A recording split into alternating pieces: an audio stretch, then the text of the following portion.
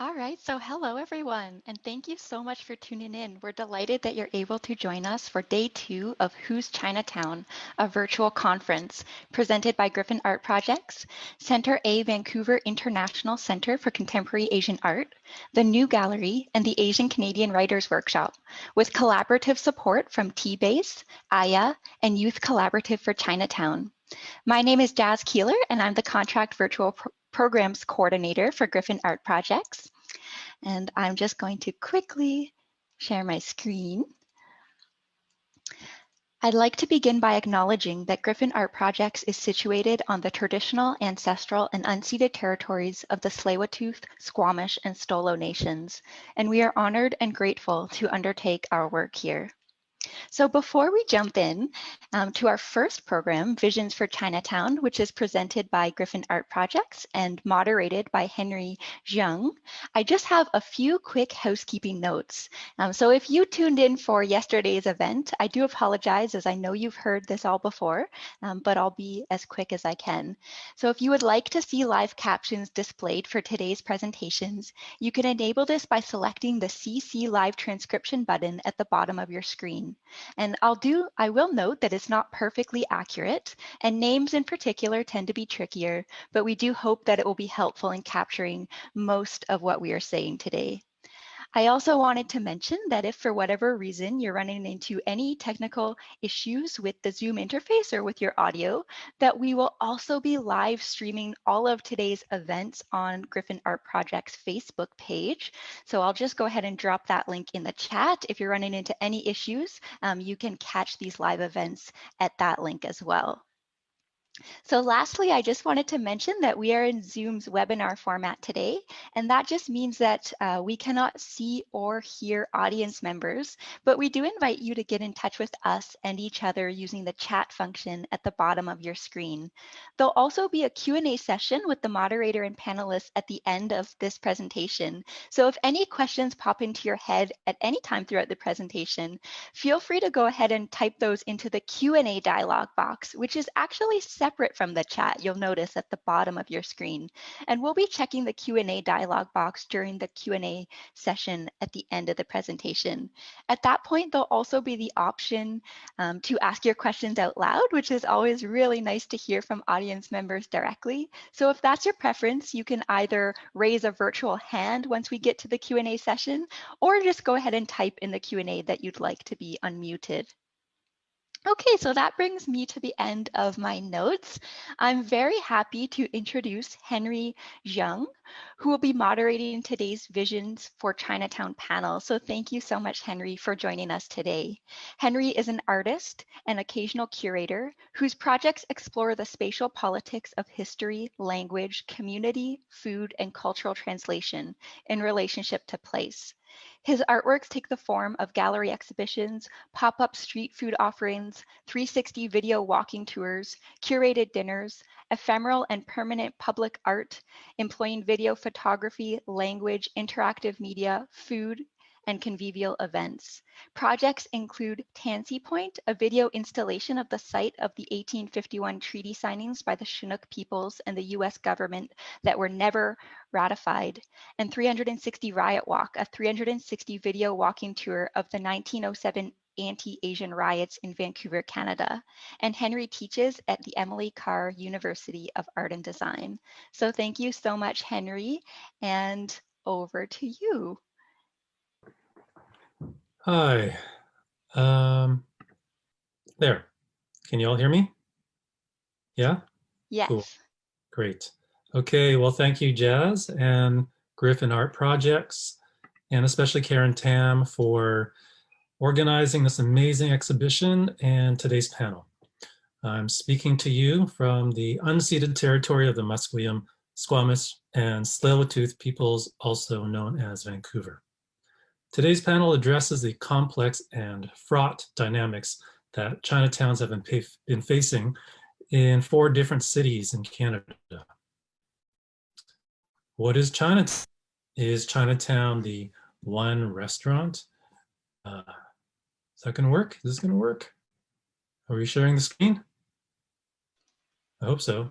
The one restaurant run by the only Chinese found town whether that is in India, Norway, or Saskatchewan? Is Chinatown a replica of some village in Southeast China where early laborers built a community in support of each other, but also as a defense against the hostile and sometimes violent aggressions of? Is Chinatown where Chinese people live, or where Cantonese people live, as many were called Tongyangai by the Lowakyu, the early settlers who, being Cantonese, identified with the Tang dynasty? Or is Chinatown where or is Chinatown non-Chinese people live as well, because they were also forbidden living anywhere else? Chinatown is not just a community, but historically a refuge, set against a hostile environment where racist attitudes can manipulate restricted and punitive bylaws, legislations, and actively support acts of violence, as has occurred in anti-Asian riots and massacres. And this hostile environment persists to this day, as evidenced by the recent Atlanta massacre, which is yet another reminder of how those who are racialized, sexualized, marginalized, continue to be targeted by those who feel threatened by their own perceptions of these others as other. My mother worked in Chinatown, and my father was often there for business. I attended daycare there and didn't learn English until I went to public school. Chinatown was familiar, it was normal, an everyday part of our lives, but it was also foreign, especially with the local village dialects, Toisanwa, Zhongsanwa, that we didn't understand. For we were immigrants. We came to Vancouver right after Canada amended, finally, its immigration regulations in 1967 to be less racially discriminatory. We were Hong Kongers. We spoke Bakwa, which is the Guangzhou Hong Kong dialect, and also Hong Kong City dialect. When my mother spoke Cantonese to storekeepers, she was made fun of, derisively being told that she didn't speak proper Chinese. And there were cultural differences. My parents found it easier to connect with new immigrants from Hong Kong than the Lowakyu. Although it was an important part of our lives, it represented a community where we didn't really belong.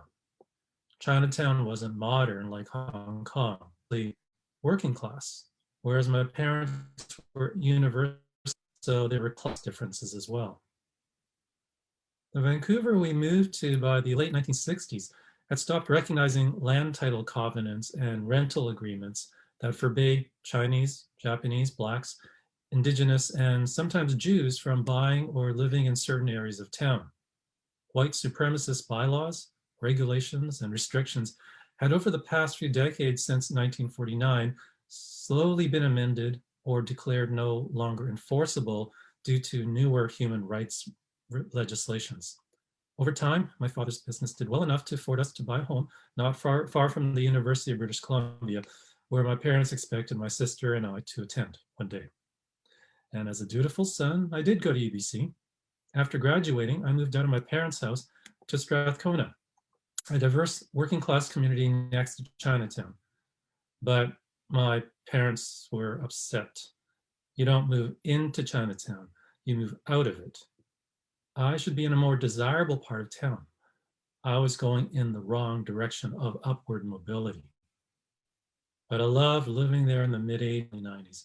It was vibrant, and nearby artist centers that I got involved with, and the Chinese Cultural Center, where I later on worked on various curatorial projects. But Chinatown today is no longer the same as when I lived there. Chinatowns everywhere are facing challenges that were unimaginable today, as newer generations of chosen to live in other parts of the city. Today's panelists will address some of the issues at play in the places they live and work.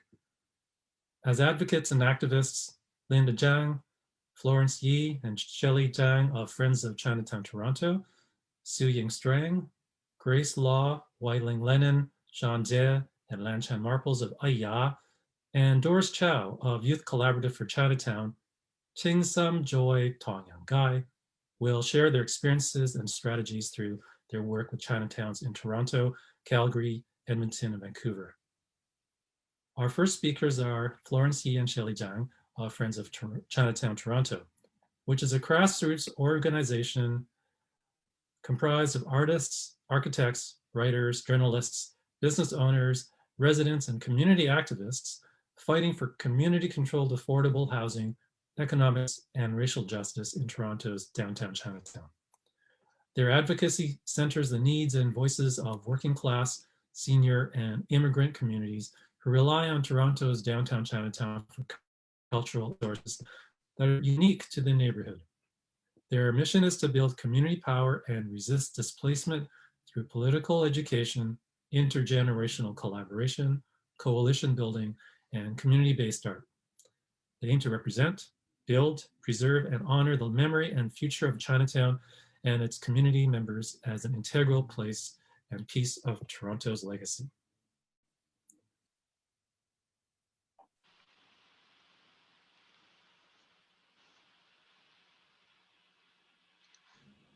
All right. Hi. Thank you very much, Henry. And thank you, Jazz. Myself, Shelley, and Linda are here today as FOCT, the Friends of Chinatown Toronto. Who are we? Henry has done very well in introducing us, and I would like to add that Friends of Chinatown Toronto operates in Toronto, which is Treaty 13 of the Mississaugas of the Credit, the Anishinaabe, the Haudenosaunee, the Petun, and the Wendat. Toronto is in the Dish with One Spoon territory, a treaty between the Anishinaabe, Mississaugas, and Haudenosaunee that bound these nations to share, to share the wealth of the territory and protect the land. Sorry, my voice. So we would like to kind of tell you the origins of Friends of Chinatown Toronto. It started much with the Bright Pearl, which was formerly a restaurant on top of a small stack of businesses on the corner of St. Andrew and Spadina, the main vein of Toronto's West Chinatown.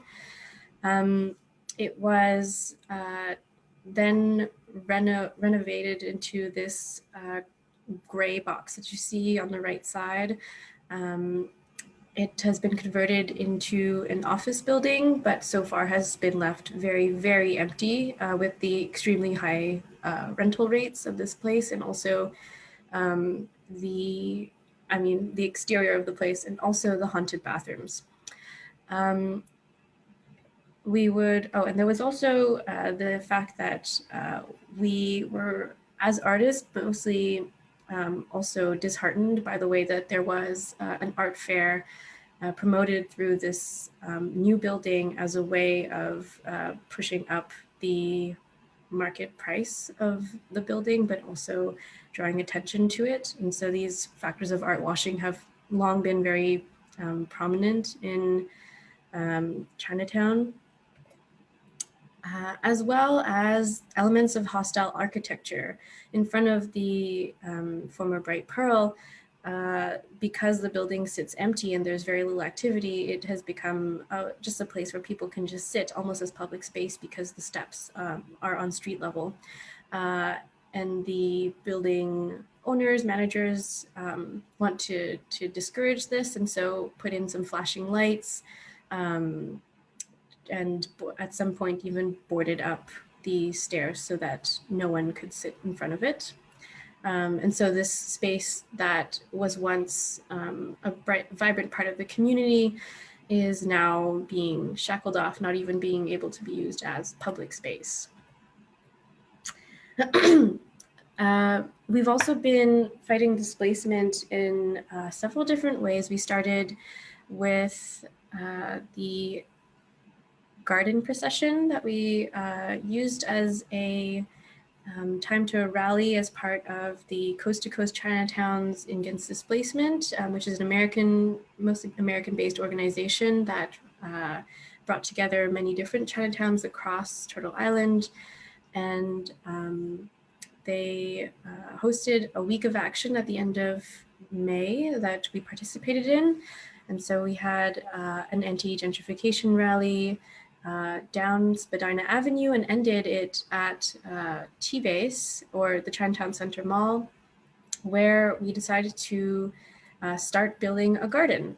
So this kind of space of bricks and a few patches of dirt was once kind of left disregarded because of some conflicts within the community and store owners. And we've decided to kind of use volunteer labor and a lot of help from folks who are interested in putting care and time into the space. And right now in our third year, we've been able to grow vegetables and hopefully being able to also share that feast and wealth with the rest of the community as part of the community fridges. At the same time, there was a notice being put up the summer of 2019 for the new building of a 13-story apartment complex that would be at the heart of Chinatown, right above Dundas and Spadina. This was above zoning bylaws at the time, and they are looking to change it and build what is this sketch on the right side. As a group of mainly artists, we made a parody sign that took the visual language of the City of Toronto's notice signs. We wanted to mainly use this as a communication device to let people know of the public consultation that would be happening for developers to get feedback from the community.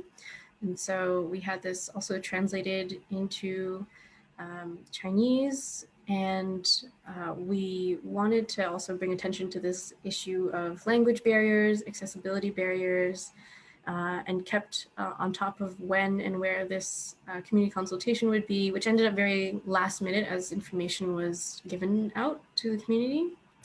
The city noticed, or I guess decided to compromise on one point, which was going to be translating the signage into simplified Chinese and putting that up in the neighborhood.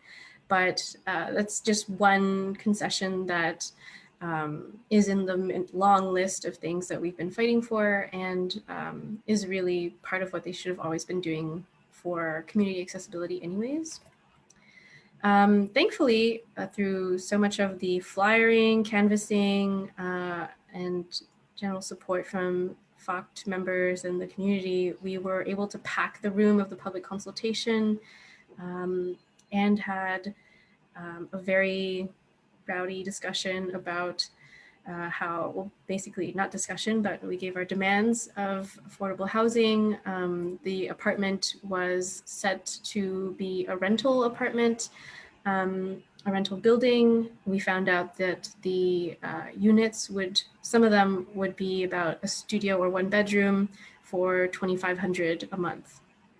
And so this deeply unaffordable space was that was the main point that we were trying to push for in our community consultation, that we wanted 100% affordable housing, culturally sensitive services, because it would also be a mixed-use building with businesses at the bottom, and we were afraid it would become big box stores as well. In the second year, this has been spanning a year and a half, almost 2 years now. And the last community consultation was moved online. It was, in the end, very inaccessible, but we, as FOCT, made a separate Zoom room so that the community could still gather, share their thoughts, and try and ask the tough questions and demand what was needed of the webinar format that we got. And we've been continuing to foster these relationships between the community and other forms of fostering intergenerational knowledge and sharing. So one of them was this Mahjong Tournament that happened maybe just a month before lockdown, actually, in February of 2020. At the Cecil Center, which has been a main stakeholder in the community for giving services, social services, and a lot of community support to Spadina. And we hosted this as well in collaboration with T-Base and a lot of local businesses for which we gave small prizes with. And we also had this very successful talk with Arlene Chan, a Toronto historian and daughter of famed Chinatown activist Jean Lum, who is in this poster that you can see in front of you. We saw a lot of parallels between the Save Chinatown campaign of the 1960s and 70s and now, and so we wanted to bring that knowledge in to help not repeat a cycle of restarting the wheel. And out of that, we were able to also start a few group chats of intergenerational sharing, just small wholesome things. I'll leave the rest up to Shelley. Please feel free to tell me when to go to the next slide. Thank you. Awesome. Thanks so much, Florence. So a few other things that we've started doing in the past year as a result of everything sort of migrating online is digital direct actions. And so since we moved online, longstanding social inequities that have been further exacerbated by the handling of the pandemic have been really challenging, which has been things that we wanted to focus on, sometimes with community partners as well. And so digital direct actions sort of came as a result of a simple solution for our community to consistently and actively engage in acts of solidarity through sharing knowledge and being virtually present with one another.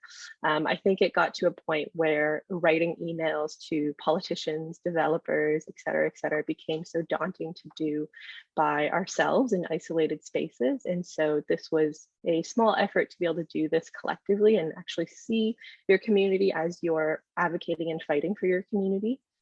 And we were able to work on digital direct actions against proposed surveillance cameras in our neighborhood, calls for support for long-term care homes, demands for Chinatown to remain affordable, and work with organizations such as the Toronto Prisoners' Rights Project and Butterfly Asian and Migrant Sex Workers Support Network.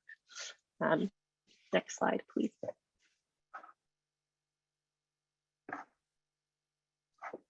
Okay, and not too long ago, we partnered with a group of graduate students from the University of Toronto's Department of Geography and Planning who documented patterns of neighborhood change, gentrification, and displacement within downtown Toronto. Their findings are available in a report titled Community Power for Anti-Displacement, an Inclusive Future for Chinatown.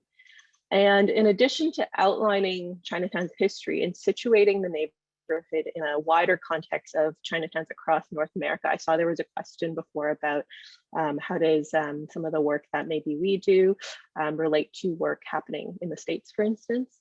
This report includes policy analysis and interviews with key stakeholders in the Chinatown community. And it also outlines how the City of Toronto, and by extension, the Canadian state, hasn't formally found a way to identify and understand downtown Chinatown as a neighborhood. It underscores different groups that focused on Chinatown with varying priorities and what those priorities sort of look like, as well as how Chinatown is, much like Henry mentioned at the beginning, not only Chinese, but consisting of many various groups from around the world. And lastly, and kind of excitingly, the report discusses the feasibility and community support for a Chinatown community land trust. I'll just summarize very quickly, a land trust is essentially a housing structure that takes housing and land off the real estate market in order to keep it for the community. And this report also contains recommendations to guide Friends of Chinatown in moving forward with this long-term goal. Since we're a group focused on securing affordable housing and neighborhood change that's for neighborhood good, this is an ongoing project that we're developing and visioning. Next slide, please.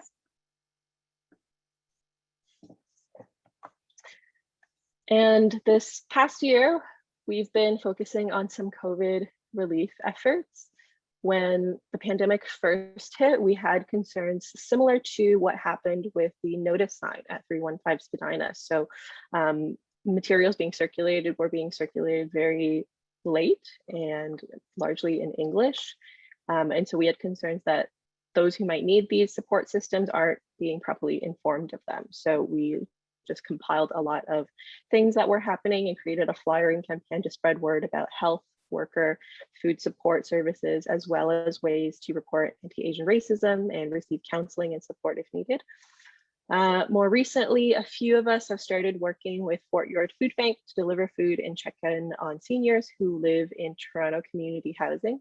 And then just a week and a half ago, this is a very new project, we launched a Chinatown community fridge in partnership with Send It Courier and Community Fridges Toronto. Next slide, please. And so this is our beautiful community fridge. It's at Darcy in Savannah for folks who might be in Toronto and are interested in checking it out. Send It Courier is a worker-owned and operated bike service in Toronto Chinatown, and Community Fridges Toronto is a mutual aid community-run initiative with a network of fridges and pantries for community members to take what you need and leave what you can. We worked with both of these partners to put this on site, but also to develop a list of culturally specific food grocery services, as well as a grocery list for people to sort of stock this fridge with. One of the awesome things about CFTO is they're more of a food advocacy group, and they focus on food sovereignty. So it's really about sort of feeding what we want our neighborhood to eat and enjoy and cherish. And the artwork on this fridge, because people are definitely going to ask, is by Fox member and artist Christy Carreri, who is amazing.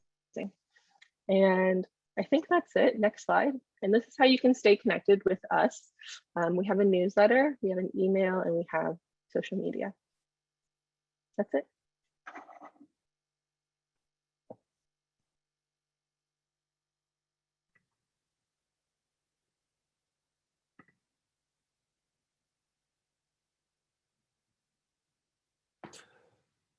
Thank you so much. That was an amazing presentation and fantastic work. Thank you so much for that. So our next speaker is Linda Zhang, who is an artist, licensed architect, certified advanced operations drone pilot, and educator. Wow.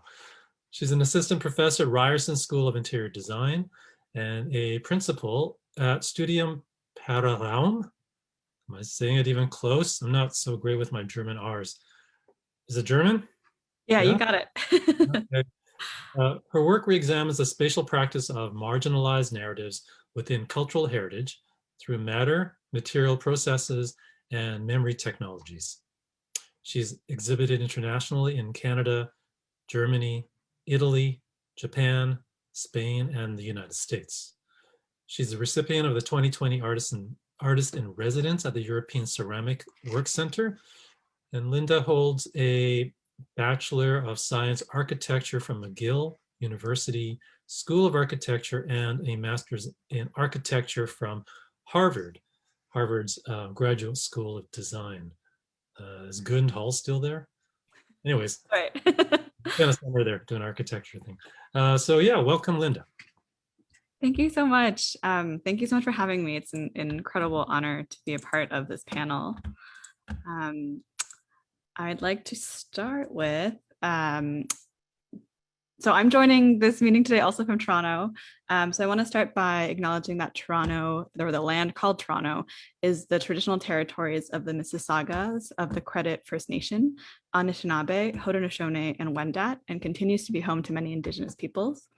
Together, we all exist under the Dish with One Spoon Treaty, and I'd like to express my gratitude to the original caretakers of the land, and I'm thankful to be working on this shared land. I also acknowledge that the land we are on was created through organized dispossession and colonial violence, including the Toronto Purchase of 1805, known as Treaty 13, signed with the Mississauga of the Credit, the Williams Treaties, signed with multiple Mississaugas and Chippewa bands, which have been contested and continue to be disputed for over already 200 years. In Toronto, Chinatown West is located along Spadina Avenue, which has its roots in the Ojibwe word Ishpadina, which means hill or sudden rise in land. In the mid-18th century, the Anishinaabe people camped along what is now the northern end of Spadina Ave. The sudden rise in land provided a strategic vantage point to monitor activity trade with the French at Fort Retouille. While Chinatown West may be most well known as a Chinatown in Toronto today, there have actually been several Chinatowns on different lands, both in downtown Toronto as well as the greater GTA, some existing still today and others already displaced. So with this shared history as our context, I want to recognize that anti-displacement work in Chinatown today must also recognize the Indigenous histories and its lands and work with Indigenous peoples to end the ongoing violence, dispossession, and displacement. So my work tries to understand Chinatown through the lens of architecture in particular, as well as interior design, including its forms of representation and practices of remembrance and commemoration. I wanted to start with some context. So what you're seeing here is one of the first instances of architecture built by the Chinese community in North America. This is the Chinese Village and Theater Pavilion at the 1893 World's Colombian Exposition in Chicago. And at these World's Expos, typically such a pavilion would be constructed by the country of origin. But interestingly, this pavilion was not. So just 1 year before the Expo, it was 1892, which was the same year that the United States extended the Chinese Exclusion Act. And so the Qing government actually withdrew its support from the Chicago Exposition, and funding was instead provided by a group of Chinese Americans. And if we just zoom out for a moment and look at the overall design of this expo, we actually can start to understand why these group of Chinese Americans felt the need to do this. So the Chicago Exposition was actually nicknamed the White City for its master plan, which you can see in the image on the right side. Master plan design featuring buildings of uniform height, scale, and color. The architectural design was being used literally and figuratively to promote a model for social cohesion and uniformity in the US. However, Chinese Americans did not fit into this model, nor did Chinatown. And in fact, actually, nor did the Chinese Village or Theater Pavilion at this expo. And so on the left side of the image, you'll see a sort of linear offshoot, linear road, and this is known as the Midway. And this is where everyone who did not fit in the White City was placed. And it was almost literally arranged from black to white. So there's 2 German and 2 Irish villages located nearest to the White City. And the further away were villages representing the Middle East, West Asia, and East Asia. The red dot on this screen here shows the location of the Chinese Village and Theater. So the intent of this pavilion was really to correct prejudices from European Americans against the Chinese and gain broader acceptance within mainstream society. So this is where our first instances of architecture from this community emerged. So it was both opportunistic and strategic. And through using loose imitations of ancient Chinese architecture, the pavilion was designed to make Chinese forms more palatable and easily digestible to white American audiences, albeit still within a lens of continued colonialism. And so we see the same sentiment actually then playing out across Chinatowns across the US and Canada. So 13 years later, in 1906, this is a photo of the San Francisco earthquake, which devastated one of North America's earliest Chinatowns. But rather than offering support to rebuild the city saw it as an opportunity to replace it with Daniel Burnham's 1905 plan from San Francisco, and this was also known as a City Beautiful movement. Interestingly, this is the exact same architect who designed the White City at the Expo, and this design actually came out of that Expo design. And so in another act of resistance to gain broader societal acceptance, with the city in ruins, the Chinese community strategically hired a team of white architects led by Bernard Maybach to design and build a Chinatown distinctly Chinese that all Americans could appreciate, aka understand, and enjoy, aka consume.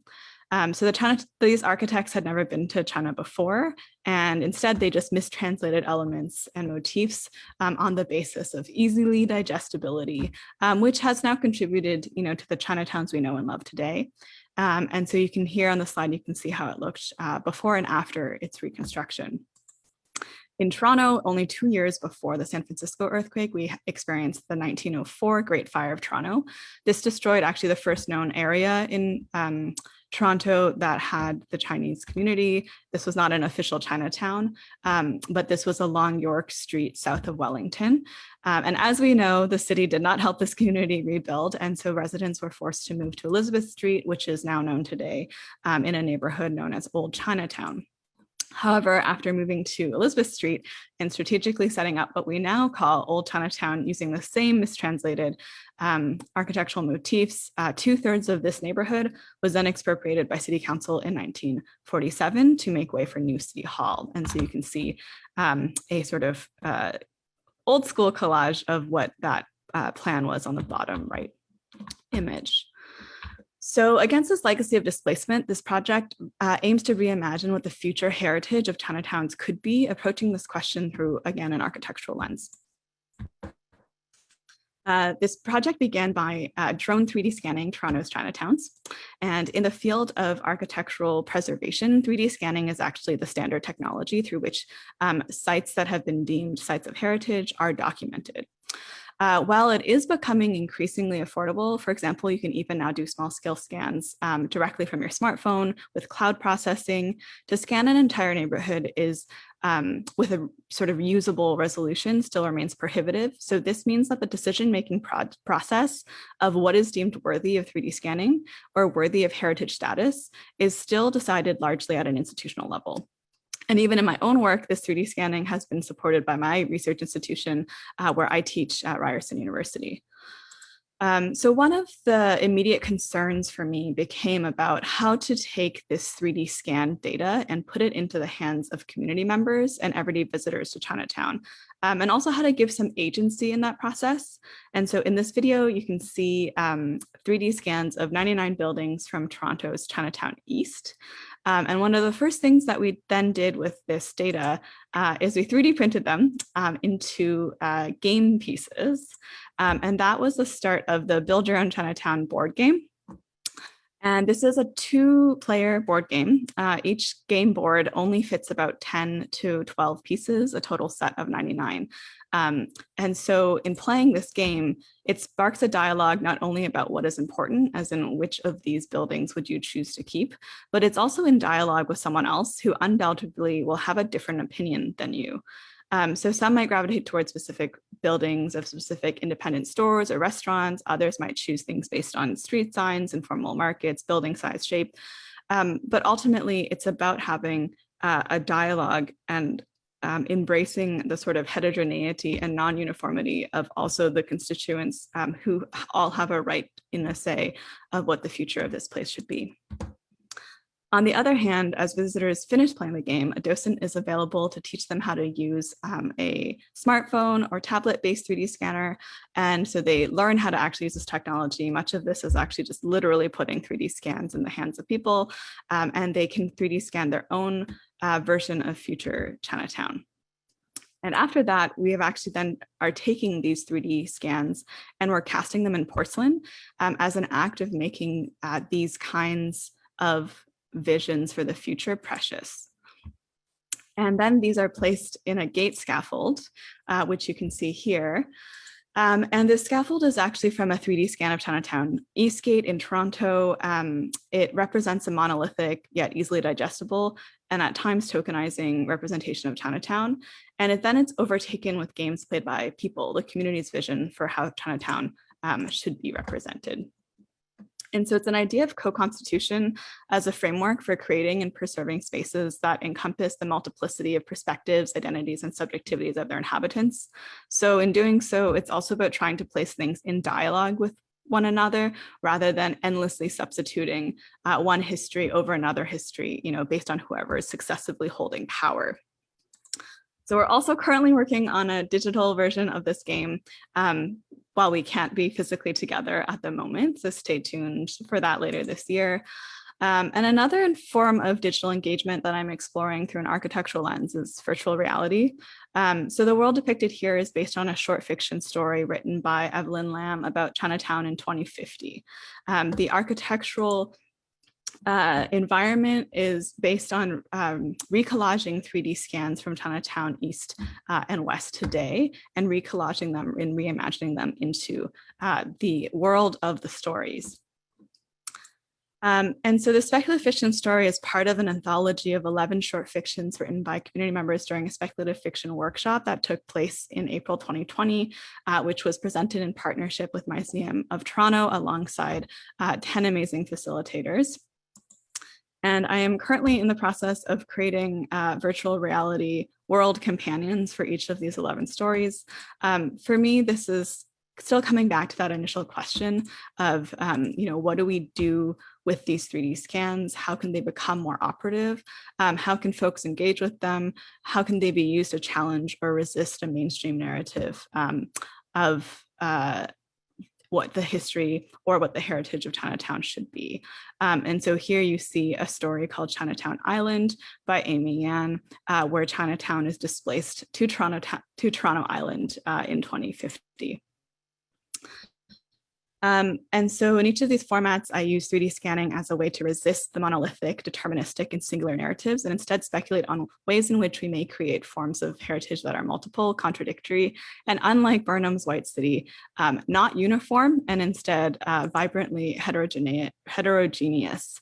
And so none of these stories across these 11 stories, no story is more important or more true than the next. As a collection and in the spaces between them, they start to inform us around what the meaning of Chinatown might be, or as well as what its future might hold.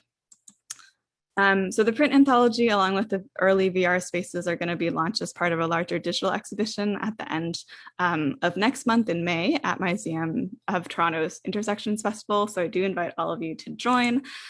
You can also please feel free to get in touch with me. I would love to hear from you. And you can find that information on this slide. Thank you.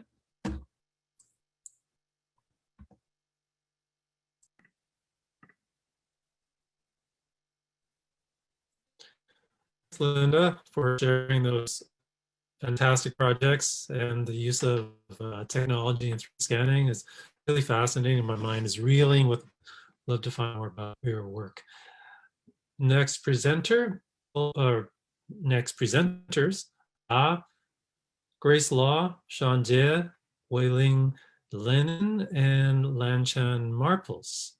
Aiya is an intergenerational group of artists and Chinatown community members who are using the tools of arts and culture to make work that addresses the displacement and cultural erasure in Edmonton's Chinatown, beginning with the 2017 removal of the Harbin gate. Aiya is compelled to create spaces of mourning and remembering. The dismantling of the gate is symbolic of ongoing displacement and is an outcome of capitalist and colonial values. Aiya collective members include the 4 people I mentioned before. So take it away. Thank you, Henry. I will start. Hello, everyone. We are Aiya. We're speaking to you from Treaty 6 territory, a gathering place and home of many Indigenous peoples, including Cree, Blackfoot, Métis, Nakota Sioux, Iroquois, Dene, Ojibwe, and Inuit. This is our land acknowledgement. We're based in Amiskwaci, Waskaven, Cree for Beaver Mountain House, or as most of us know it, so-called Edmonton. The names of our land, neighborhoods, and stories is important. It is a necessary reminder of this place. It also must be acknowledged that Chinatown is on stolen Indigenous land. There is no conversation to be had about gentrification and displacement without acknowledging colonialism. Terra nullius is Latin for nobody's land, the idea that the land is empty or unused.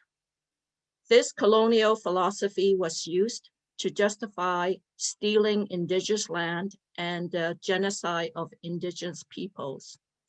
And it is the same philosophy that gentrifies racialized and poor communities.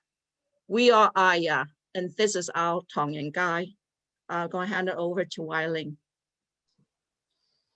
Thank you, Lang. Yes. So, who are Aiya? Aiya, we are a group of intergenerational group.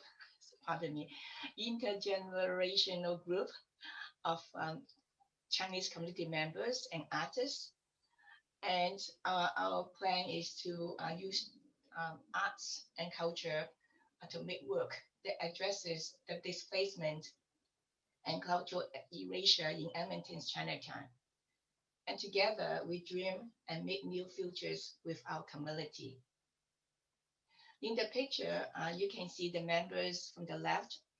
We have Grace Law, we have Len Chang Marcos, me, Wei-Ling Lennon, and Sean C, or in Cantonese with Sean Jie.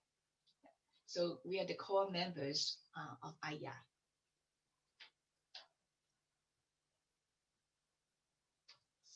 Next slide, please. Thank you. On the screen, you see many pictures. This is the candlelight vigil we had. It was held on November 4th, 2017. It was very, very cold. The Chinese community received a very short notice from the city of Edmonton that they actually have to move the gate. And within a few days, some leaders in the Chinese community, they will manage to produce pink T-shirts for attendance to the vigil. The pink T-shirt on the back actually has the China gate on it, as you can see on the top right corner of the screen. And it was so big that it was perfect to put on our bulky winter jackets. So in the middle of the screen, you can see how all those mechanical device securing the gate before they cut it up. On the top left corner, that was the gate before anything happened to it. And then on the third, you can see the middle part of the gate already missing. And then the very bottom on the left, that is how the space looked like now without the gate. It is very sad to many of us.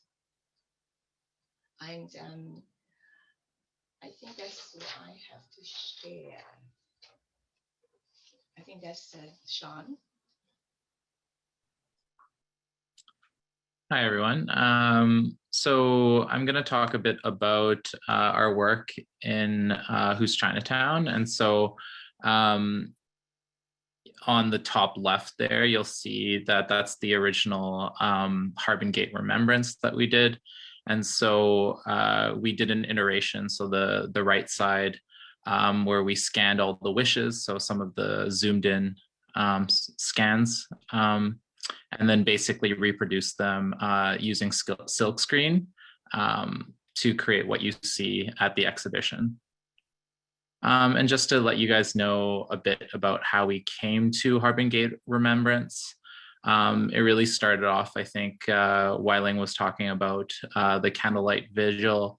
And then after that time, the four of us really got together at one of our favorite Chinatown restaurants, Double Greeting Wonton House, to really talk about how sudden the removal was and how we didn't really have that much time to process as a community to what had happened. And so really that prompted some ideas on, trying to make some space for the community to have further engagement together about the gate and its removal. And so we had the idea to essentially kind of pay tribute to the signage. So the Harbin Gate in Chinese or in Cantonese is Zhonghua Mun. And so the right top photo there is kind of the name, the signage. And so we wanted to create opportunities for the community to recognize the Chinese name. And so the wishes that we had invited folks to be able to participate with some calligraphy and actually write Zhonghua Mun out. And then the other part to the wishes were Wei-Ling had been really inspired by the Idle No More movement of yarn bombing. And so she's a very avid yarn like knitter. And so we were basically creating some doilies to further make the aesthetic of those wishes come out. And so, yeah, next slide, please. Yeah, and then over the 4 months after the removal, we held a few different public engagements where we just invited community members to write their wishes and, you know, any types of thoughts that they had for the gate. And yeah, as well as create those doilies and also, you know, participate in the calligraphy. And so next slide. We basically held a time for folks to be able to hang up the gate, or sorry, hang up their wishes onto a fence. And that fence basically was right in front of the removal site. And so the construction company was, and the transportation companies were able to allow us to have that space there to really commemorate that removal site. And so even though that the Harbin gate is physically displaced, you know, we just really wanted to have these visual reminders there that community members were still thinking, and still are to this day, thinking about what is happening with the actual gate. And so in Edmonton here, we have the gate still sitting just a bit north of the actual site in a storage unit. And so that's it right there. And yeah, we really want to thank Griffin and Karen Tam for giving us this opportunity, as it's been, you know, over 3 years since the removal. But yeah, what is going to happen is quite questionable and precarious at this time. And yeah, we're very we're still thinking about what is the future of this gate that has been removed. And I'll pass it to Grace. Thanks, Sean. So since that first project, we continue to make space for community projects that center on cultural erasure and displacement in Chinatown. So these are some of the things we've done. The second project was the gentrification party, which is a satirical performative gesture that highlights the displacement of the gate. And it kind of puts back our culture in public space when the Harbin gate was removed. The third project is a City of Edmonton ghost site plaque that marks the original location of the Harbin gate. And upcoming, we have some Chinatown anti-oppression workshops that we're working on because of our work in Chinatown.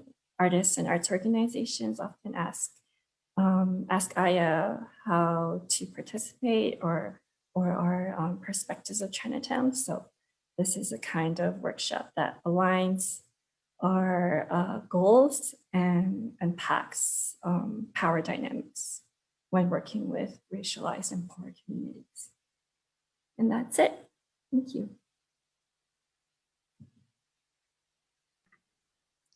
Okay, thank you very much for sharing the memorialization projects for the Harbin Gate.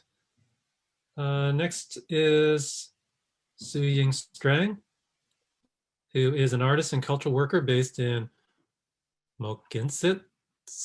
I don't know how to say that. You'll have to correct me. In Calgary, Alberta. Originally hailing from the southern United States, Su-Ying Strang relocated to Canada in 2006 to pursue her education at the Alberta College of Art and Design, now AU Arts. Strang is the director of the New Gallery in Calgary, Chinatown, president of the Alberta Association of Artist-Run Centers, and a governor on the board of the Glenbow Museum. Since 2013, Strang's focus at the New Gallery has been the context of its location in Calgary, Chinatown, developing the organization's role as an active participant and striving to be a good neighbor in the community. The new gallery's work was recognized at the 2017 Mayor's Luncheon of the Arts for the Arts, where the organization was presented with the Sandstone City Builders Award for making Calgary a better place to live through the arts. Most recently, Zhang was recognized as a fellow at the 2020 Salzburg Global Forum for Young Cultural Innovators. Other recent awards and appointments include Avenue Magazine's Top 40 Under 40 Class of 2018 in Calgary, the 2018 Alumni Horizon Award from AU Arts, and she's the 2017 alum of the inaugural cohort of the Banff Center's Cultural Leadership Program. Su Ying. Thanks so much for that introduction, Henry, and I'll just get my screen shared here. Okay. Yes, so thank you so much for that introduction, and also to Karen for the invitation to join this panel today. And to all the contributors so far, your projects, your actions, your solidarity are really bringing me so much joy and life this afternoon. I've really appreciated getting to learn a little bit more about what you each do. I'd like to give a brief personal history as a form of land acknowledgement and to situate myself in this conversation. I am a mixed-raced, second-generation Chinese-American settler who was born in Tocobaga, Utsita, Pohoy, and Mocoso territories in the Tampa Bay region of Florida. My maternal line is ethnically Chinese, culturally Malay, with my maternal grandparents immigrating separately from China to Malaysia, although there's some timeline and geographical gaps with my grandmother's migration. My paternal side comes from a mixed European settler background, including Scottish, German, and English. My parents met in Sungai Petani in the 1980s. They were on the same running team, the Hash House Harriers, and they both shared a love of the Who. After marrying, they moved to the States to stay with my paternal grandparents in Pekin, Illinois. One of the town's quote unquote founders, Anne Eliza Cromwell, flippantly named the town Pekin due to her assumption that the town's location was exactly across the world from Peking or Beijing, China. The town's subsequent school mascots were a Chinese racist slur until the 80s and changed a year before my mother landed in Illinois. My parents relocated to Chicago and later escaped the wind and cold by moving to Valerico, Florida, where my brother, sister, and myself were born.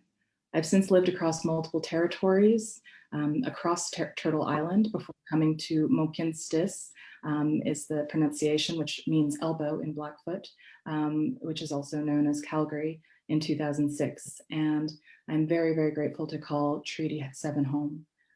This land on which I'm now situated is the traditional territories of the Niitsitapi or Blackfoot Confederacy, which includes the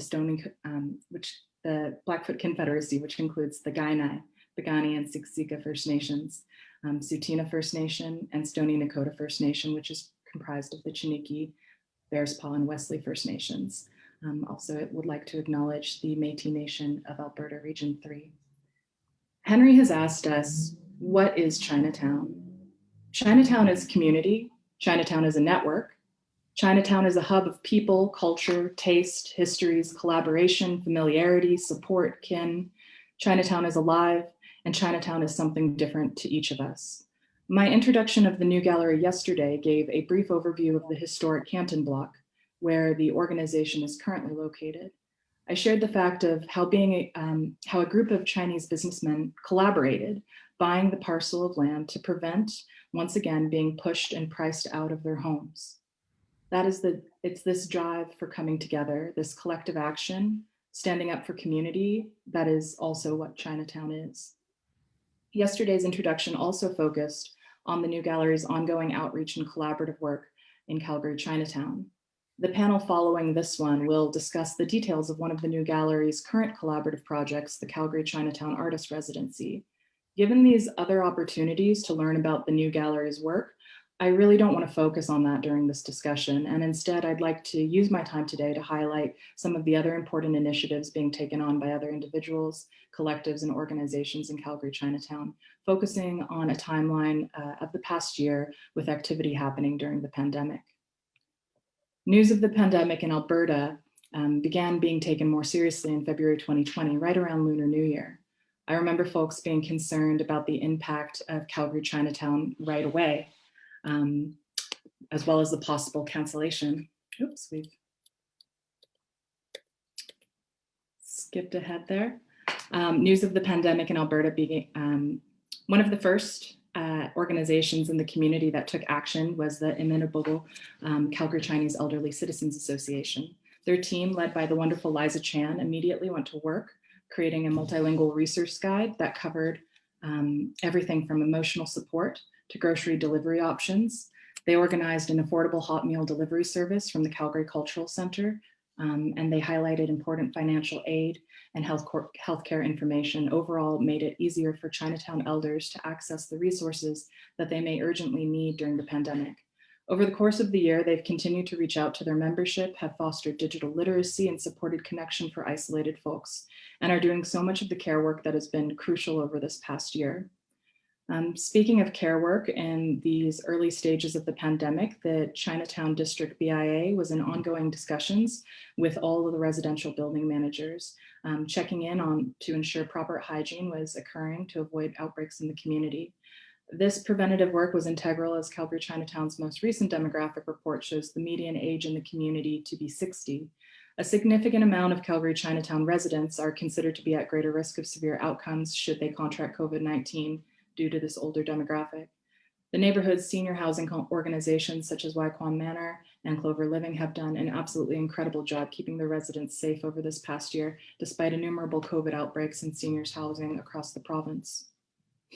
Later on in the year, the Chinatown District BIA shifted its attention to the many small businesses that were struggling in the community and began its ongoing social media campaign, Chinatown Welcomes You.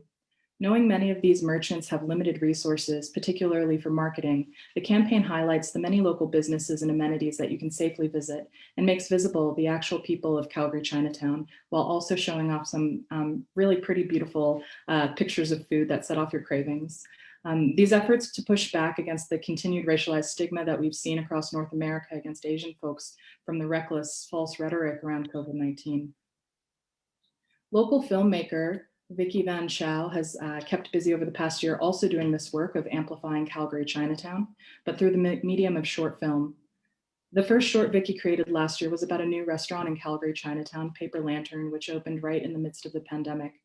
Vicky shares the compelling story of a new family business building off their history of restauranteering and a love of food in Chinatown. I think it's really important that we capture these stories and that they're told firsthand and by the community themselves. This film went on to win the Stinger Award for Best New Short. And if you have a chance, Paper Lantern's Panda and Paralyzer is truly heaven on earth.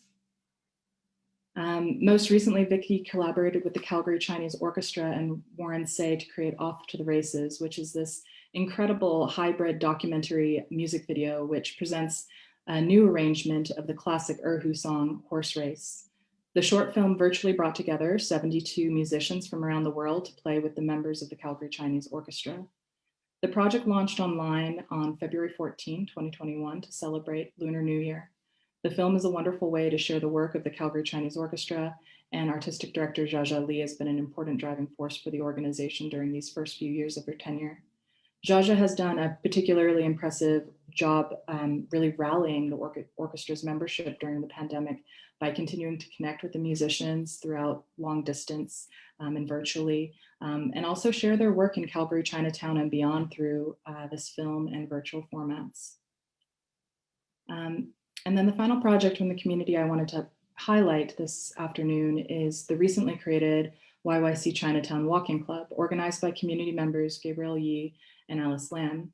The club's goal to increase visibility and safety in Calgary Chinatown. In the few weeks that they have existed, they've already recruited 100 members. And this group has begun walking with seniors, organizing walks in pairs and larger groups, with the simple act of coming together to take a stroll around Calgary Chinatown, having the ability to keep our most vulnerable community members safe, increase visibility, which supports, of course, our community's vibrancy, and also foster continued connection. Going back to Henry's original question, what is Chinatown? There really is not one single static definition. These contributors, stories, and actions I've just shared began to describe Calgary Chinatown over the past year, but these attributes are continually shifting and will continue to create a different picture over the next year. A key thematic of all of these examples that they have in common is collaboration. And I wanted to share this critical work taken on by my peers, friends, and colleagues to illustrate that We each have a role to play in the community and future building of our Chinatowns. And more often than not, this work is happening with others, not in silos. It takes a combination of all of these efforts, mutual aid, art, knowledge sharing, friendships, and more to support a healthy, sustainable community. And I also want to note that, of course, these are just a few examples from folks I know directly. I'm very cognizant and grateful that there are so many others out there doing incredible work in support of Calgary Chinatown. And as we've already heard today, there's so many folks in Chinatowns across Canada that are just really doing such incredible work to really fight for our communities. So this is some of the work we have ahead to collaboratively and continually define what is Chinatown. And I look forward to doing this work with you all. Thank you.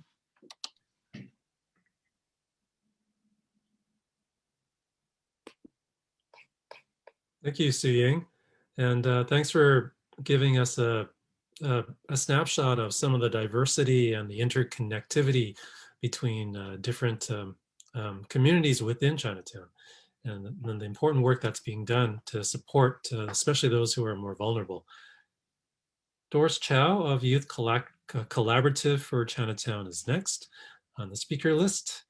YCC works in community and cultural development of Chinatown communities in Vancouver and abroad. Their active, award-winning heritage practice both respects and reinvents experiences of public space, Cantonese language, local business, and intergenerational relationships to keep the historic neighborhood hot and noisy. You gonna translate that at some point? Does that come from Cantonese? The group's Chinese name, Qing Sum Joy Toyang Gai, translates as Young Hearts in Chinatown. Most recently, they've been sharing their vision for Chinatown in Vancouver with the authors and international audiences of the new Chinatown Pretty book. Take it away, Doris. Hi, everyone. Thank you so much, Henry and Griffin and everyone who joined in today. I hope everyone's not too tired, so I'll try and make it quick. So my name is Doris Chow, and my Chinese name is Zhao Mo Yi, and I'm speaking from the traditional, ancestral, unceded territories of Musqueam, Squamish, and Tsleil-Waututh peoples. Yeah, I'm just going to jump right in. So I'm going to change gears a little bit. So I'm going to, I guess I should share my screen. Sorry, I'm new to this whole Zoom thing.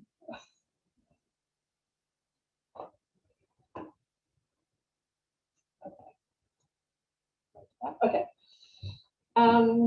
So we have a lot of images and narratives that we have been living with mostly since around the 1980s, and businesses closing, the area emptying out, neglect, gentrification, new development, and we've been seeing all these images and this narrative for a very long time. And during COVID, these images have become even more stark during the pandemic, with the disproportionate impact of the pandemic on Chinatowns across the world, in addition to the rise in anti-Asian racism. And these images and narratives have an impact on our communities as well as ourselves as individuals, seeing story after story of assaults, racist graffiti, struggling businesses. And I admittedly every morning wake up to my Google alerts of Chinatown with more and more stories of horrors and trauma and pain. And this brings up, a lot during the pandemic, particularly this trauma and this history that we've been really storing in our bones all along, that we've really ignored and pushed out of our minds. I don't have to show you those images. I'm not going to illustrate that. They've already flashed across your mind. You know what that looks like. And what have our interventions been if this narrative has been since the 1980s? Our conventional interventions neighborhood meetings, plans, visions for Chinatown, Chinatown strategies, scoping projects, guiding principles, maps. In Vancouver, we're undertaking a process to get UNESCO heritage status. And here is just a snapshot from the City of Vancouver website of all the plans, and not even all, it's actually not all of them, but the many, much investment that the City of Vancouver and community have put in. And there's a joke in Chinatown, in Vancouver's Chinatown, that this is where neighborhood plans go to die. Even more stark. And honestly, all these plans say the same thing. And I'm sure everyone who's on this call, if you search up your own city's Chinatown plan, they all kind of say the same thing, what they want.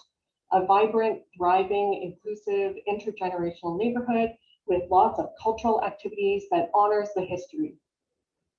I'm sure those exact, at least a combination of some of those exact words are in your plans. But these are just words. What do they actually mean? What do they look like? What does it feel like? So I just want you to hold that thought in mind for now. In 2015, I just want to transition to where we step in.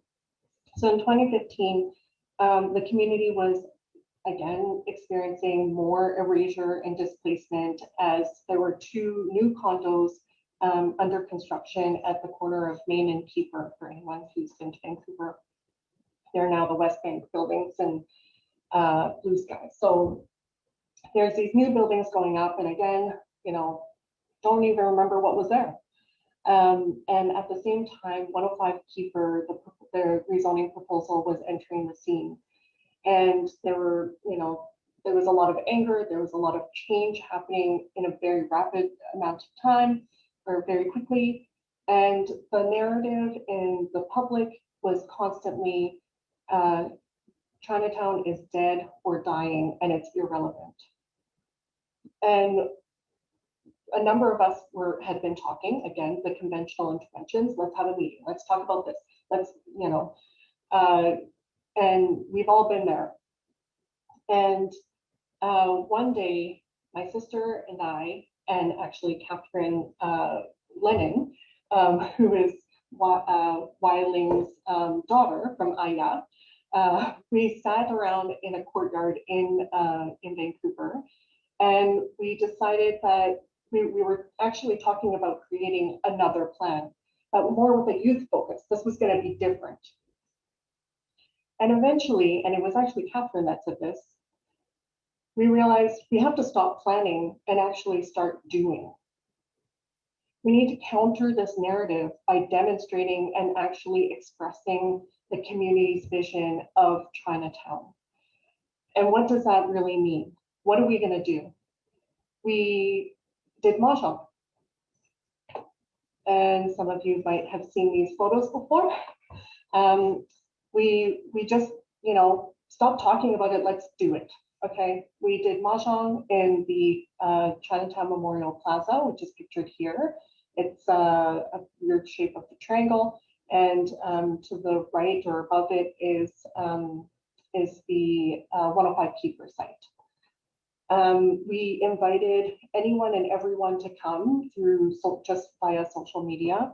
And on the very first day, we had about 150 people come out. And we really have, as time went on, and we've been doing this for 5 years now, and have, as Henry mentioned, we've won an award from Heritage BC for this program of hot and noisy Mahjong socials. But it's really about being unapologetically and publicly Asian, as opposed to a tourist-driven kind of neighborhood. And there's always this dichotomy of like, oh, we want it to be authentic. We don't want it to be touristy. But we want the tourists to come in. There's this always inner turmoil. And I guess for me, when we're talking about catering to tourists, it's really about being palatable. And so what does it mean when we're centering ourselves as a community and doing what we want to do? So it looks like this. Mahjong, taking up space. Karaoke, loud, singing very loudly till the wee hours, you know, when it's dark and literally everyone's still trying to huddle around a little screen to try and sing. Sitting on, you know, the statue and playing ping pong. Eating strange foods. You know, this is Kong Hai on the right, who makes zhong every year, and this is me eating my zhong on the left, celebrating what we love and celebrating our culture. We also started doing Qingming festivals. So we just Qingming just passed. Every year we would bring out a full roast pig. We've been told all our lives, oh, you eat, you know, Asians eat weird animals, or like there's heads and tails and stuff. Well, we're going to be unapologetically Asian and bring out the full roast pig in public. And we're going to celebrate and practice our culture of Qingming at the memorial statue. And we're going to do it with anyone and everyone who wants to come.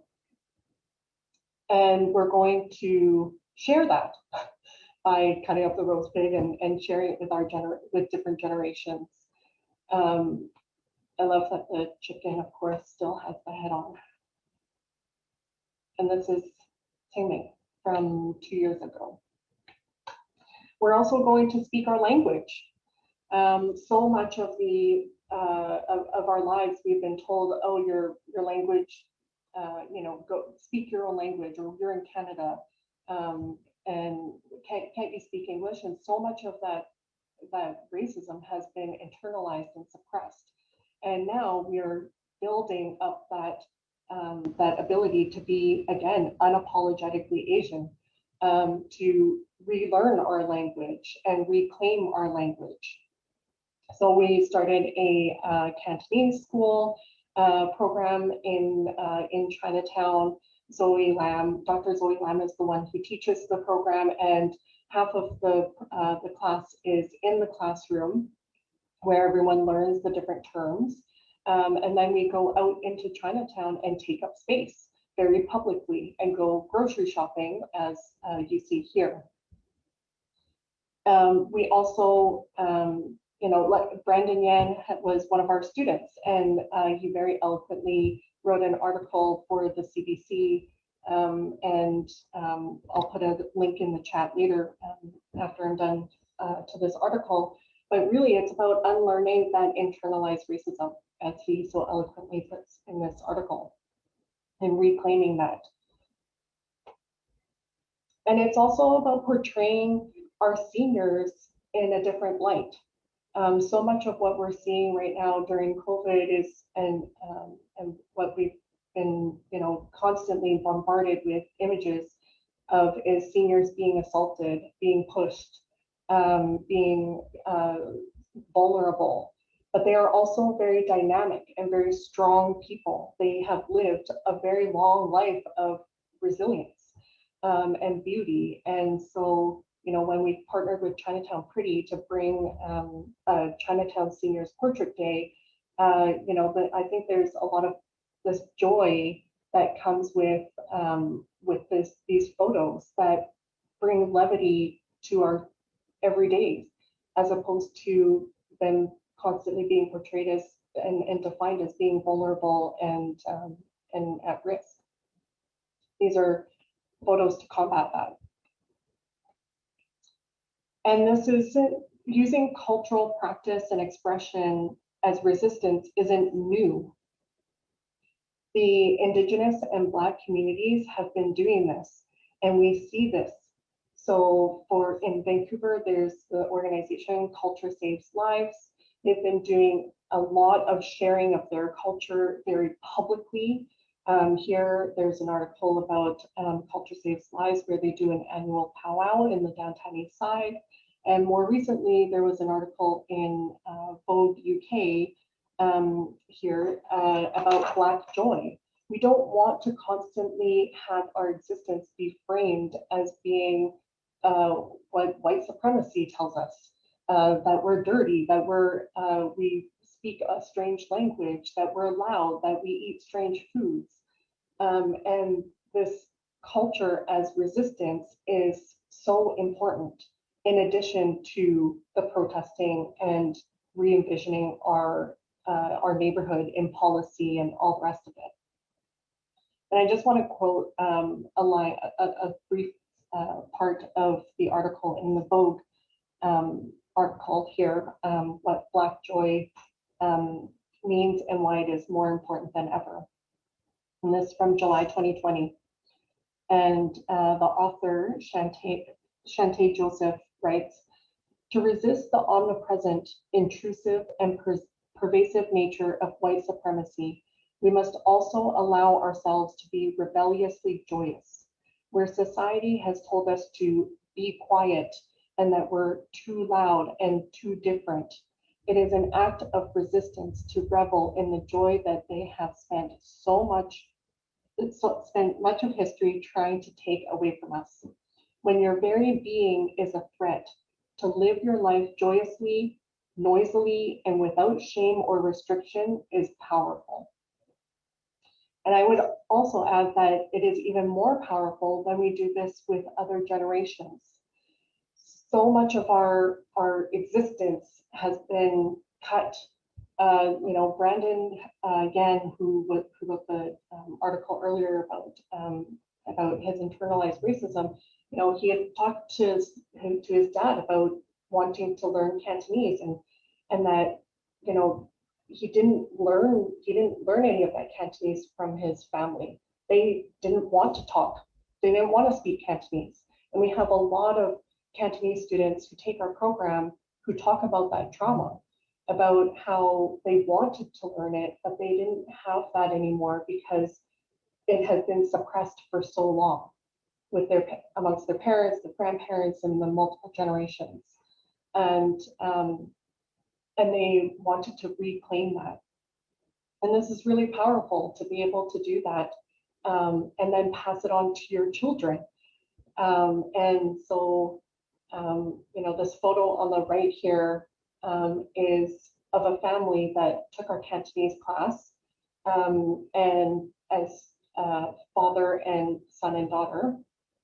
And they actually, the draw to this is so powerful that they literally drive from Langley to Vancouver. And for anyone who is familiar with Vancouver, that's like a 2-hour drive to get into the city, just to take Saturday school classes in the morning, to reclaim their language together, and to come to Mahjong and to come to Tingming. And there's a lot of power in that. When we're constantly being told to assimilate and become less Asian.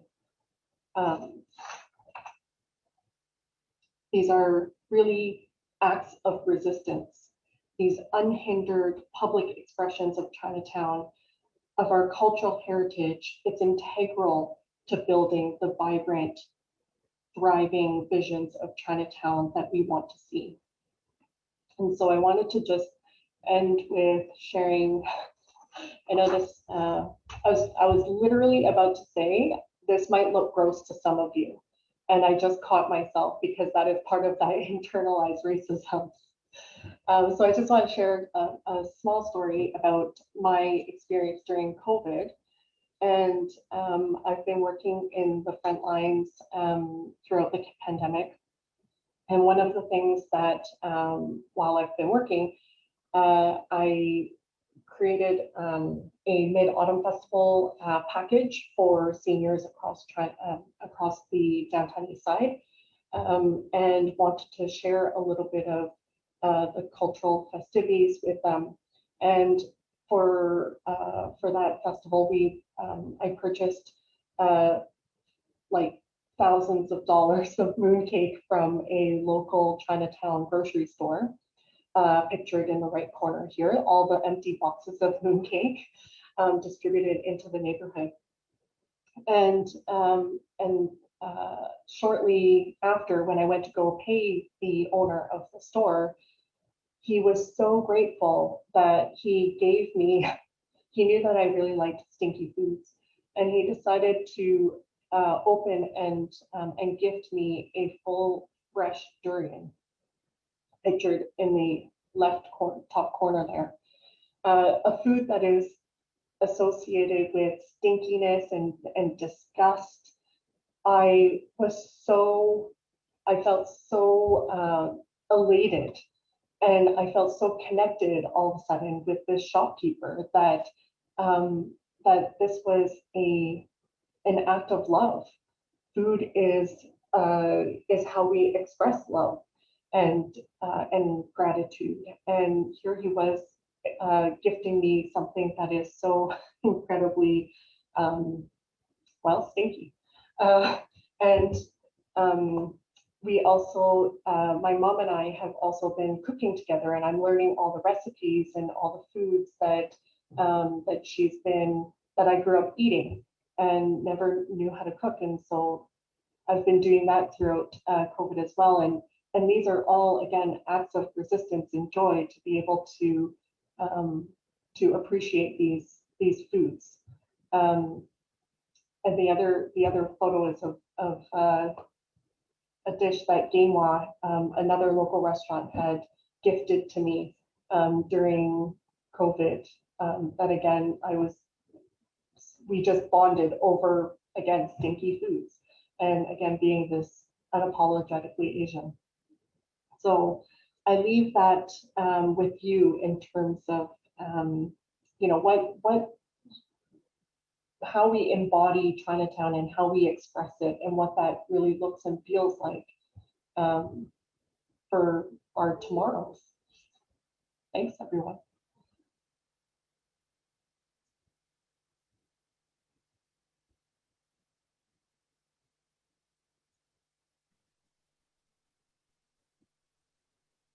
For that impassioned call to action.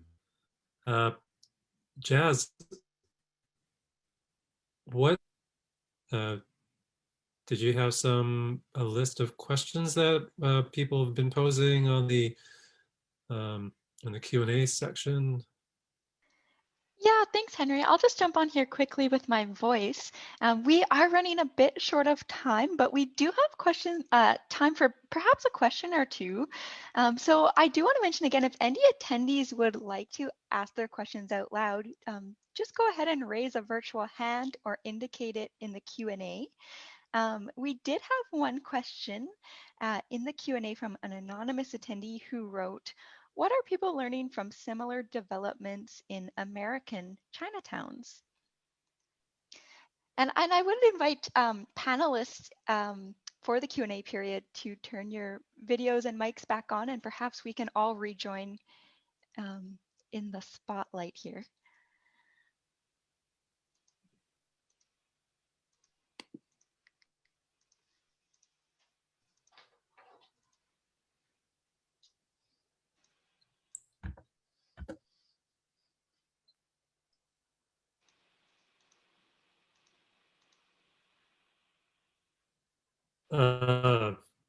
Anyone want? Is anyone keeping? It's sort of a really challenging question to answer, because what we've heard from our speakers today are very specific approaches and strategies to the kinds of issues that are at play in each of the Chinatowns. Now, there are recurring issues, working to support vulnerable people who, because of seniors, or there's a length inadequacies, or through translations, access to social services, poverty, etc., that various groups are dealing with. Yeah, I think it's a bit challenging to just. I mean, it's interesting to compare the American versus the Canadian situations, but it's so specific to every place. Does anyone have an opinion about that? Shelley? Yeah, I was, since we had the benefit of going first, I had a moment to sort of think on this question a little bit before we had a chance to chat.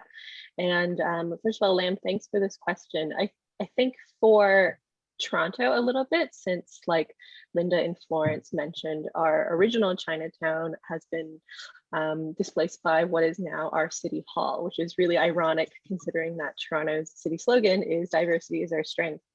And so this initially, when I first learned of this, I thought that this was a bit of an isolated, unique incident. And then as the histories of displacement of Chinatowns became more known, you see this in San Francisco, like Linda mentioned. I'm doing a separate project in Saskatoon right now, which this also sort of happened, where the city beautification project displaced the original Chinatown. And you see this intentionally planned in cities like Philadelphia as well, where city planning goes out of their way to bulldoze over these neighborhoods in the name of let's just get rid of this neighborhood, this site, in addition to beautifying our city a little bit. And so I think this wave of displacement is really systemic as opposed to isolated, which I keep learning from panels like this of the repeated patterns that happen, although differently, very similarly across our neighborhoods.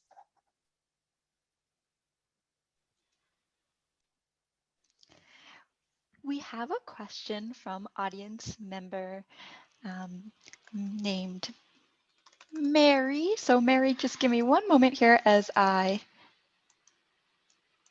give you permission to unmute. Okay, so you should be able to unmute. Oh, and sorry, Amy, you should be able to unmute. Hi, can everybody hear me? Hi, so first and foremost, I just want to give out some shout out to Aiya. They're friends of mine, so I love you guys. You guys are so awesome. Secondly, I just want to say for the other panelists, I feel very inspired by what you all are doing. It's really amazing work, and I can't imagine, like, you know, some of the love and effort and energy that you guys all put in. Thank you so much. So my question is that, so I love what we're doing here in this workshop, but what I'm a little bit, I guess, concerned about is how are we reaching some of the Chinese community members, like my mom, for instance, who don't have, you know, access or doesn't have the, you know, the digital literacy to listen to some of these workshops, conferences, and join in the conversation, because it would be nice to hear from, you know, parts of our community that are not aware of some of these conferences and workshops that are available right now. Thank you.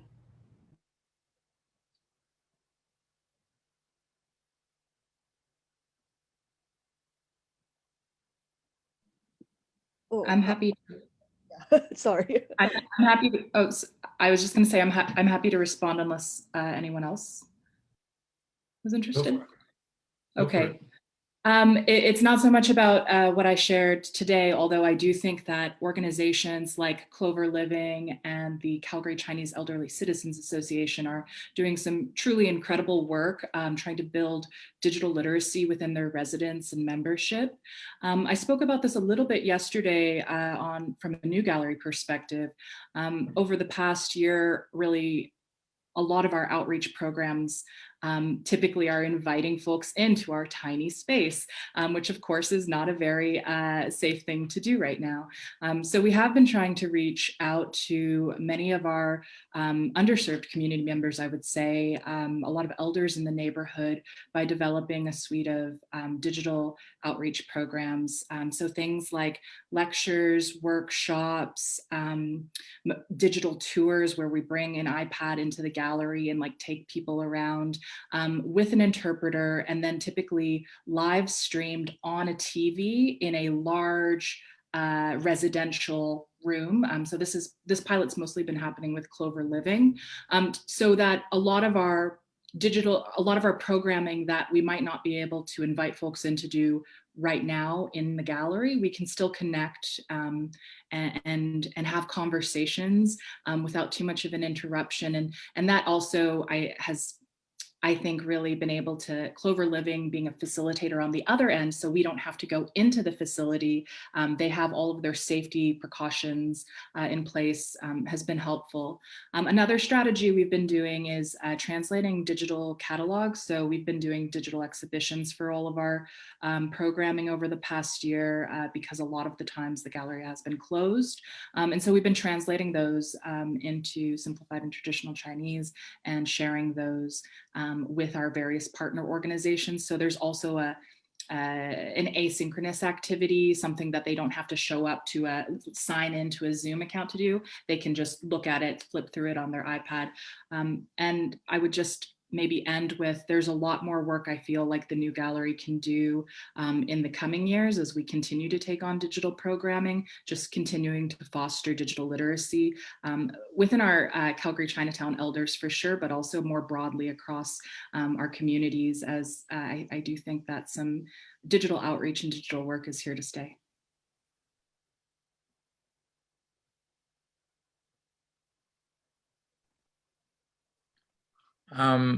I wouldn't mind answering part of that question. Am I still here? Okay. I think Amy, that's accessibility is like such a important question, not just for obviously the Chinese community, but I think for a lot of the different cultural communities that are in Chinatown, working in Chinatown, living in Chinatown. And so, you know, in Edmonton, Chinatown, the Chinese community specifically is very fractured. And so I think it really is up, not just, I mean, it's the Chinatown organizers have definitely a responsibility for making sure that the community members within living there and are organizing there like have access to what's going on. But I think that there, you know, we know that here in the Chinese community, a lot of people have moved away from Chinatown. And so a lot of the solution or the strategy for getting people to be coming to stuff like this, actually, we need the help of the members to like let us know how to get there, or, and who we're missing, you know what I mean? And so, and then like through my research, sometimes I found that a lot of elders, not that they're not interested in this, it's that they, you know, they don't see, like, I'm just gonna say sometimes I feel like my motivation and what I'm trying to do within gentrification, it's hard for me to explain that intergenerationally to folks that are in their 80s or 90s, like living at the senior center. Like I almost feel as if there's also like a difference in the way and approach of like, I mean, there's just so much that I'm learning about decolonization. And for me to like, just suggest, hey, join this panel and not really explain a lot of that decolonization rhetoric and understanding. I think that there's just so much context of fracturing, and so I don't know. I'm a bit of me is trying to share that. If we know that our parents are interested or our grandparents or whoever are interested, I think we ourselves become kind of the mediator to inviting them to things like this. And how do we connect with organizers, and how do we connect with the folks that are involved to say, hey, you know, are there, you know, Cantonese or, you know, Toisanwa, like, is there ways that we can like minimize the ways of access? And so, yeah, I think, I don't know, like it's a tough thing. And so, yeah, it's just very fractured. That's kind of my long-winded answer. Sorry about that. I just wanted to jump in and also maybe touch on this a little bit in terms of all of these technologies that I'm using that are definitely not inherently accessible. Generally, the folks who are developing technologies are of a certain demographic and have very different goals and aspirations than how they could be used for. And so one of actually the next phases of this project is a 2-year project that's actually going to be looking at collective VR and how to kind of develop VR into a more accessible space. And so there's a number of different organizations that'll be part of that project. Florence is also part of this project with T-Base. Also ProTech at Ryerson, which is a public health-based pandemic response research group.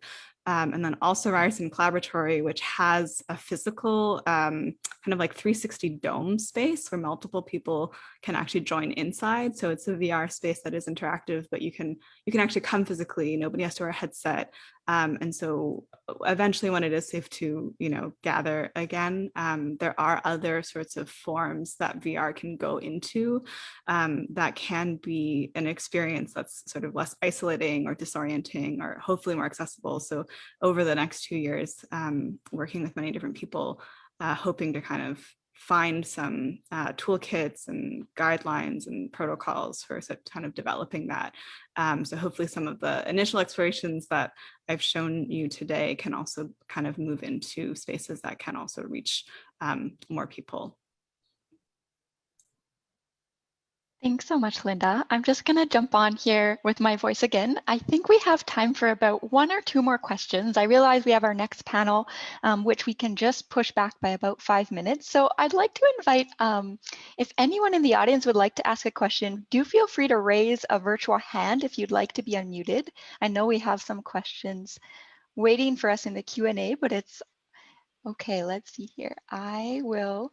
Mina, if you would like to unmute your mic, you should be able to. Hello. Hello. Hello, Mina. We can hear you. Hi. Great. Okay. This is Mina from Vancouver, and then I have participated in some of the Doris's program that she mentioned in Chinatown, and I find they were great. And it's really what she talked about. It was very empowering, put it that way. I'm a first generation Canadian. And I have always been told, or if you want to be a Canadian, you have to try to speak English and try not to have an accent. And also be quiet, not to be too loud because that would be frowned upon. And often now we have seen that how people react to people who speak loud or laugh, and or you don't cook smelly food, quote unquote, things like that. But I just thought what she said was it was actually we are allowed to have that space to laugh, to talk, and to be actually say that's good for you, actually mentally as well, rather than being so repressive, not to speak out loud or laugh out loud. So I actually want to ask, are there any projects targeted to newcomers, Chinese-speaking newcomers, to bring them that idea that they don't have to be a certain way to become quote unquote Canadian?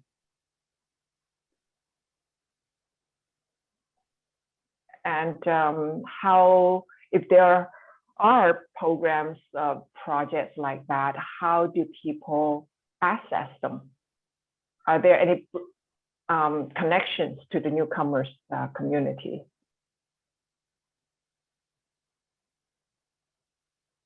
That's my question.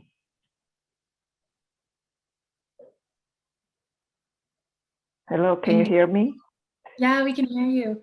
I'll just quickly say, I mean, I'm guessing these resources will be different for everyone based on where we're located, but a group that I really, really admire is the Calgary Immigrant Women's Association that builds community and is a space for, you know, skill sharing and honoring the knowledge that folks come with rather than this idea of homogenization of culture. And I think that they're doing really incredible stuff. I'll drop their link in the chat. And then there's also, I'll try to find this, I'm not sure if I'll have time before we have to switch off here, but in Calgary, there's also a really great resource for immigrants to learn about the Indigenous histories of the communities in Treaty 7, which I also think is such an integral aspect. You know, coming from the States, even there's such less of a focus on the histories of the folks whose land we stole. And that's an important part, I think, for having the context, but also being able to celebrate the culture you bring with you. And I'll do that now and turn my mic.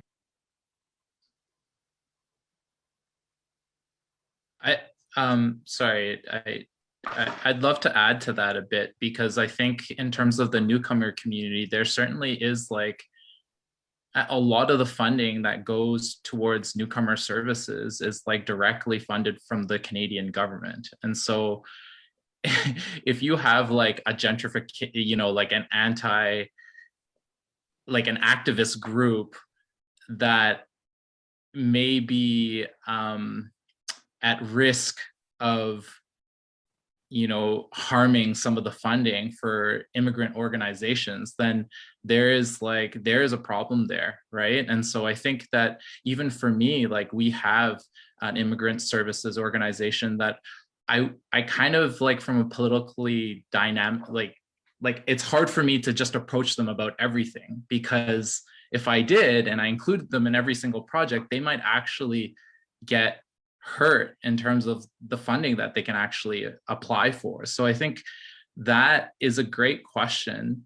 And I hope that it becomes more public, because I think this is one of the things that, you know, I talk about fracturing, like there is a fracturing even within the groups that would be supportive of what we do, but because of the different ways that we get, you know, try to sustain and just have enough food on the table or money on the table to sustain, it's hard, right? There are a lot of conflicts.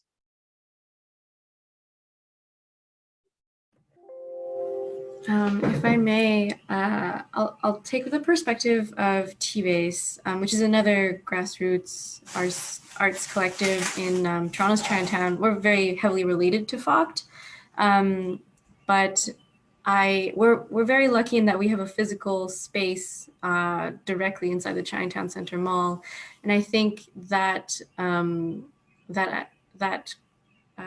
basically presence and the fact that very casual encounters can happen, and that we are in the space where most newcomers are already. Also, a lot of students, like international students, come by. Probably a lot like Doris's work at YCC, that our programming inside a space where people already frequent allows us to do that kind of outreach. And we try to like center that with different language accessibility, different activities. Most of the time we do have Mahjong. Our longest running, most popular programming has always been Mahjong every Monday. And we have many other smaller things now that we're doing for COVID. But yeah, it definitely is much more difficult not having this physical space, public space that people can gather. And I think that kind of non-planned interaction is kind of the basis for a lot of our organizing work anyways, and it's how a lot of folks have come together 2-3 years ago. And so yeah, I still would like to know how to, I guess, do this same thing and transfer it onto either digital or non face-to-face interaction. But yeah. It's Amina here. I just want to check, see if you ever contacted Chinese media. Quite a few of them are online now. And they're very, very good. Some of them are decimating community news as to what activities are happening and how to hook people up. Most of this are Mandarin oriented. I don't know if there are resources available. I know Cantonese is mostly within the established Chinatown. But I just find the newcomers, many of them are not familiar with history, or their history is very biased towards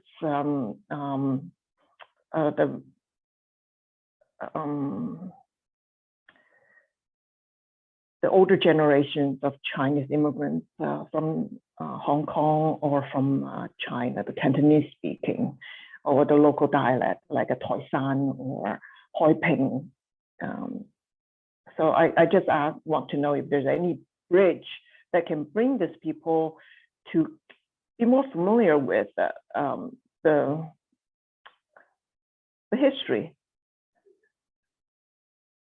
Like, be proud of Chinese history in Canada, our culture, the challenges we face, especially towards the anti-Asian racism right now. So many of them, the newcomers, don't see that the racism precisely because they think that we are not behaving like Canadians. So that is sometimes I on WeChat. I don't know if any one of you. I have a WeChat group that I have constantly this kind of dialogue. If anyone of you interested in getting involved and introduce your programs, I don't know if you have a WeChat account. I have a WeChat, WhatsApp, and also on Facebook, Civic Engagement Network, Society of Canada. And please do feel free to post. You're more than welcome, to post what's happening. I've been receiving newsletters from Chinatown, the YCC. And so I know the activities, and I'll be able to forward to others. But if I can get more Vancouver-based, local-based activities that introduce what is being Canadian about, really. I mean, what is true multiculturalism is about? And why should we be proud of our culture and our language and heritage? Yeah. Can I respond a little bit? Just very briefly.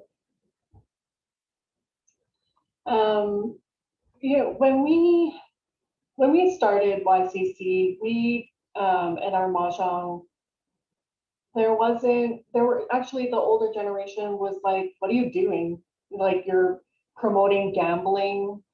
You think that this is going to change something.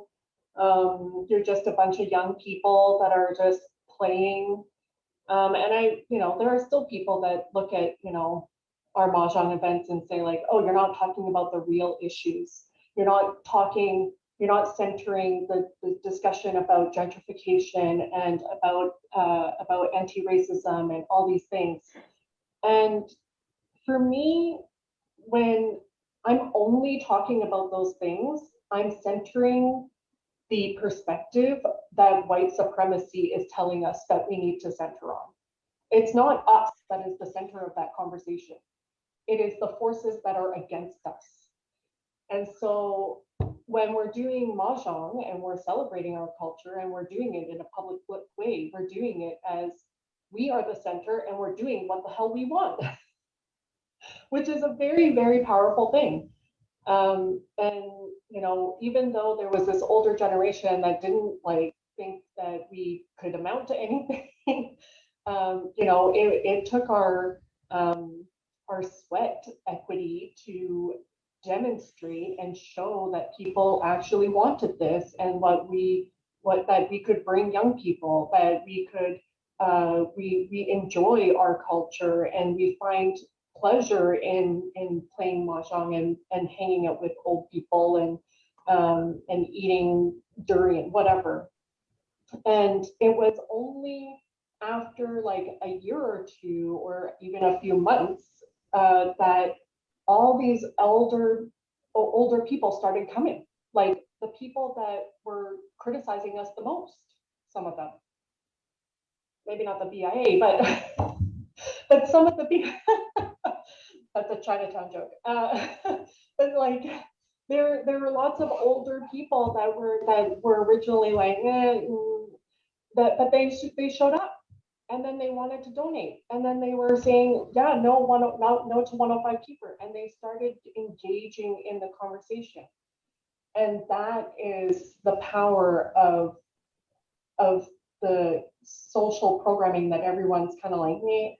So I think it's really important. It's the hook that gets people to talk about the more, what does this actually mean, and what does it look like when we're centering ourselves in Chinatown, and what does it mean to build relationships? I know there was a question about BIPOC solidarity. I mean, white supremacy has been erasing the relationships that we've had with other communities for, ever.